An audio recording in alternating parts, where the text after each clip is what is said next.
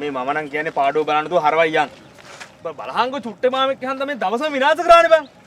අනික බං මේ උඹේ රුපියල් 17000 වගේ නෙමෙයිනේ බං ඈ දැන් බලපන් 20000කට එහා අපිට වියදම් ඈ බං මහ කරොත් කරන්න බං ඕවාගේ වැඩන්නේ බං මට හම්බෙච්ච තින් කොයි චුට්ටේ මාමා මං ඌව මම චප්ප කරලා දාන්නේ චප්ප කරලා ඔව් චුට්ටේ මාමා හොඳ පුතේ නිකන් වෙන පුතේ මේ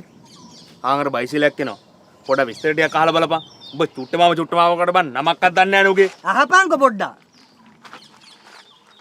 කෑවා බම්මු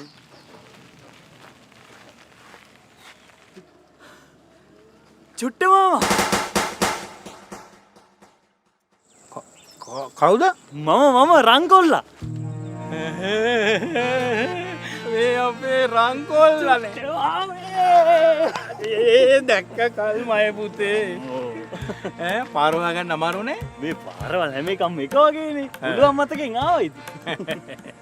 ඔය මතක තියාගන්න උඹ මේ හිටියේ හිච්චිකා සන්දියේනේ මතක නැහැ ඈ මං කරේ තියාගෙන මේ වැකන්ද ගියා සුදිපති ඈ චුට්ටේ මාමා චප්ප කරලා ඕ චප්ප කරන්න බෑ අර අම්මෝ යන් කොල්ල යාළු ටිකක් දෙන්න මේ ළඟ තියෙන්නේ වාහනේ වාලා දාලා යන් හා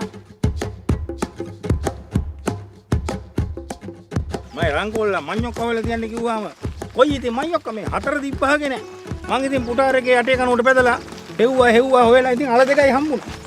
මේ අල දෙක තම්මල ලුණු ටිකක් දාගත්තා නම් අල දෙක මරත හැකි අල ඉවෙත් මාර ලස්සනයි නේ ලස්සනයි පුතේ ටොපියක් කරේ ටොපියක් දුන්නේ අයියෝ හිටියනම් පොළඟ ඈ හිටියනම් පොළඟ මට උදේවද හම්බ වෙනවනේ හැබැයි හරි අහිංසක කතා එහෙනම් බය උනේ ආවුනේ පුතාලට බෑගේ කියලා යා හරි ඕන්න තියෙනවා මගේ ඉඩම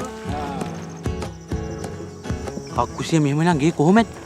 මේ ඔයි ඒ කක්කුසිය නෙමෙයි චුට්ටේ මාමයි ගේ නැද්ද බා ඇත්ත සුමන් පුතා